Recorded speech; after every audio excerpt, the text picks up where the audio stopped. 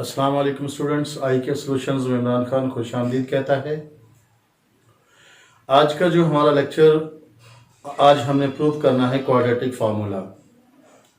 और quadratic formula हम quadratic equation से ही प्रूव करेंगे।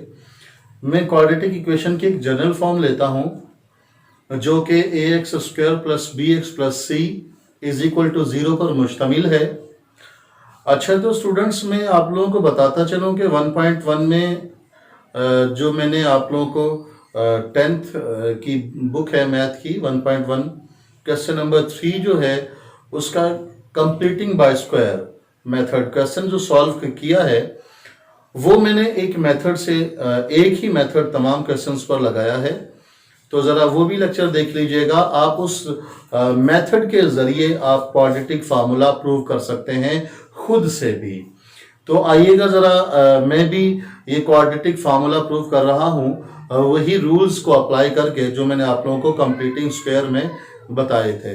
तो देखिएगा, हमारे पास एक जनरल फॉर्म है ax² + bx + c = 0। इसमें ABC लिटरल नंबर्स हैं जबकि c जो है कांस्टेंट भी कहलाता है।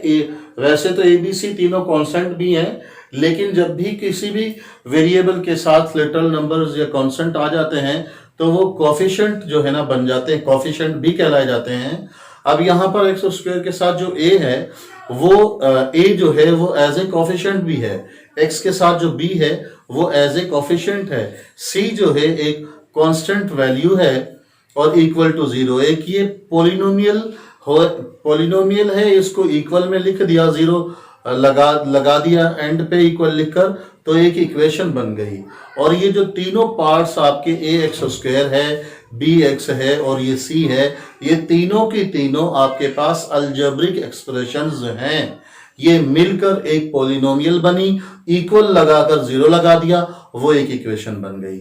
चलें, ये तो था इंट्रोडक्शन इसके मुतालिक। अब जरा इस पर तीनों रूल्स हम अप्लाई करते हैं। कौन सा पहला रूल ये हमारा ये है कि हमने कांस्टेंट को दूसरी तरफ लेकर जाना है। तो इसमें देखिएगा डियर स्टूडेंट्स, तो जो कांस्टेंट वैल्यू हमारे पास c है bx + c, उसे हम जो है दूसरी साइड पर ले जाएंगे और वो हमारे पास माइनस में c बनेगा। अब दूसरा रूल जो है वो यही था कि x² के साथ जो कोफिशिएंट है उसको हमने खत्म करना है, एलिमिनेट करना है।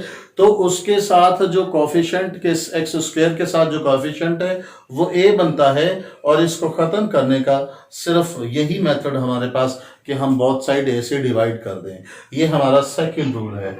अब हम यहाँ पर स्टेटमेंट एक गिवन स्टेटमेंट देते हैं जिसमें लिखा होगा dividing by a on both side.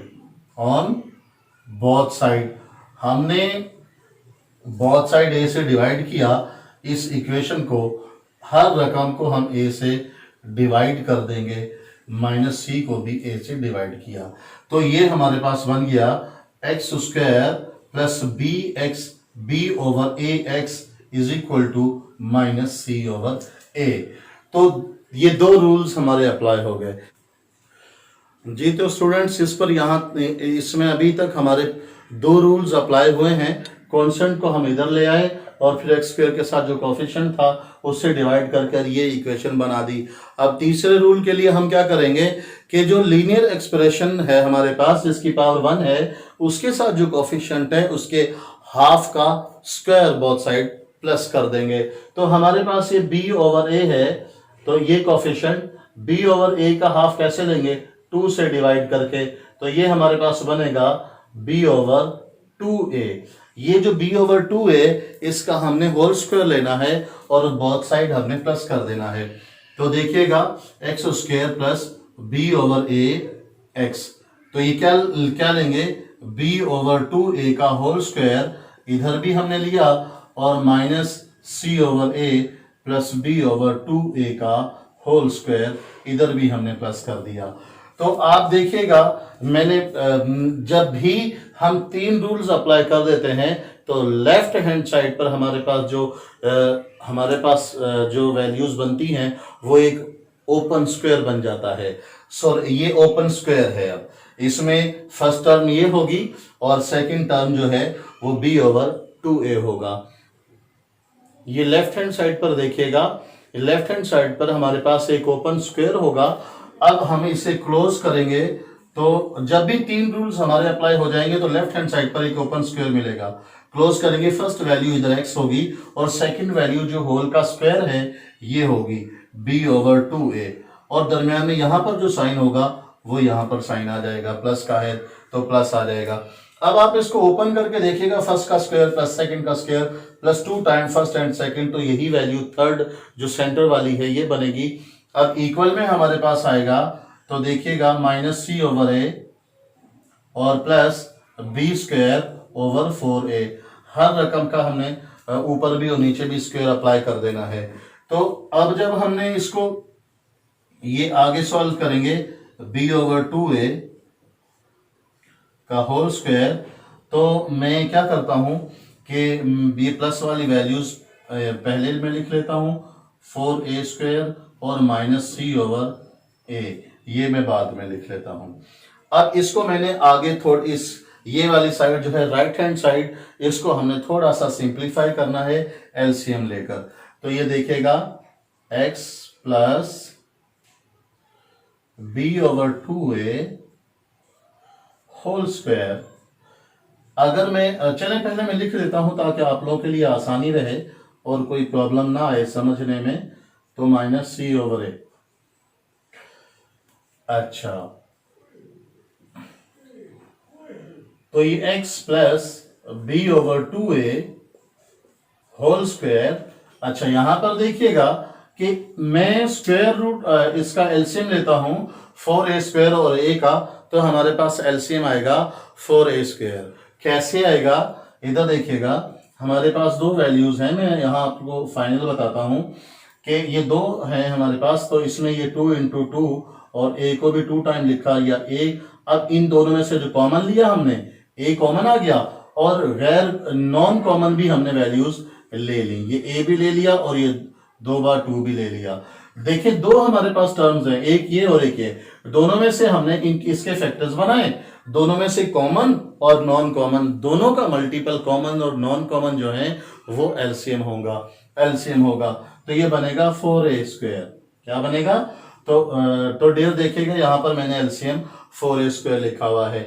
अब 4a² को हमने 4a² से डिवाइड करना है और हमारे पास 1 आएगा। 1 को b से मल्टीप्लाई करेंगे तो b² आ जाएगा। ये वाला जो साइन है वो इधर आ जाएगा। जब हम 4a² को डिवाइड करेंगे, 4a² को डिवाइड करेंगे a से, तो a से a कैंसल, 4a आ जाएगा। 4a को हमने c से मल्टीप्लाई करना है तो -4ac आ जाएगा। तो ये हमारा हमने थोड़ा सा सिंप्लीफाई किया है। अब आगे देखिएगा जी। तो स्टूडेंट्स, अब हमने इसका स्क्वायर खत्म करना है और स्क्वायर खत्म करने के लिए मुझे बोथ साइड स्क्वायर रूट लेना पड़ेगा, क्योंकि हम अपनी तरफ से जो भी काम करेंगे वो बोथ साइड करेंगे। तो ये b² - 4ac ओवर 4a² आ जाएगा। इधर भी स्क्वायर रूट और इधर भी स्क्वायर रूट। तो जब ये बनेगा हमारे पास x प्लस b/2a, तो इधर जो है डेयर हर वैल्यू के ऊपर मैं स्क्वायर रूट लगाए देता हूं। तो इधर भी नीचे भी 4a² के ऊपर। तो अब जब यहाँ प्लस माइनस आप लगा लें, जब भी स्क्वायर रूट का हम लगाते हैं, स्क्वायर रूट लेते हैं, तो उसको सॉल्व करने के बाद या फॉर्मूला आप प्लस माइनस लगा लें, क्योंकि उन वैल्यूज का हमें कंफर्म नहीं पता होता कि वो प्लस में है या माइनस में, इस वजह से ये दोनों साइन लगते हैं। तो अब ये जो हम ये प्लस माइनस इधर देखिएगा b² - 4ac तो एज इट इज रहा और नीचे स्क्वायर रूट सॉल्व होकर 2a आ गया। ये वाली वैल्यूज जाकर उधर सब माइनस में आ गई। तो अगर अब देखिएगा जब हम इसको उठाकर उधर ले गए तो माइनस का साइन हुआ। तो अब यहां हमने लेना है इसका लेना है एलसीएम।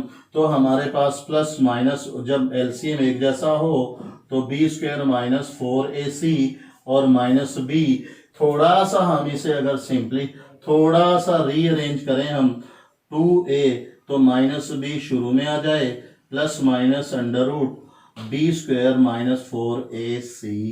हमारे पास एक फार्मूला फाइंड हुआ है। इस फार्मूला को हम क्वाड्रेटिक फार्मूला कहते हैं और आपकी एक्सरसाइज 1.2 10th मैथमेटिक्स की जो एक्सरसाइज 1.2 है उसमें कंडीशन दी है, स्टेटमेंट गिवन है कि solve the following by quadratic formula. अब ये क्वाड्रेटिक फार्मूला जो हमने प्रूव किया है इससे हमने उन सॉल्व कर देना है। एक बात और याद रखिएगा, याद रखिएगा, मैं आपको बताता चलूं कि यहाँ पर ए बी सी नंबर, ये ए बी सी ही है ना, तो ये देखिएगा ए हमारे पास जो वैल्यू होगी वो एक्स स्क्वायर के साथ वाली ए वैल्यू होगी, वो कोई भी हो सकती है हमारे पास, 2 3 4 5 कांस्टेंट नंबर कोई भी हो सकता है। फिर जो बी होगी, इस फार्मूला में जब वैल्यूज पुट करेंगे तो बेटा ये ध्यान रखिएगा जो हमारे पास x के साथ जो कोफिशिएंट होगा वो हमेशा b होगा और जो कांस्टेंट वैल्यू होगी वो हमेशा c होगी। तो जब भी हम किसी भी क्वाड्रेटिक इक्वेशन में फार्मूला अप्लाई करेंगे तो इन बातों का ध्यान रखना जरूरी है कि कौन सी वैल्यू a बनेगी, b कौन सी बनेगी और c कौन सी बनेगी। तो लिहाजा ये आपके पास क्वाड्रेटिक फार्मूला प्रूव हुआ। मुझे उम्मीद है आप लोगों को अच्छी समझ आई होगी। तो चलते हुए IK सॉल्यूशंस को अगर आप लोगों ने सब्सक्राइब नहीं किया तो सब्सक्राइब करते चलें और बेल आइकन दबाना ना भूलिएगा। Best of luck.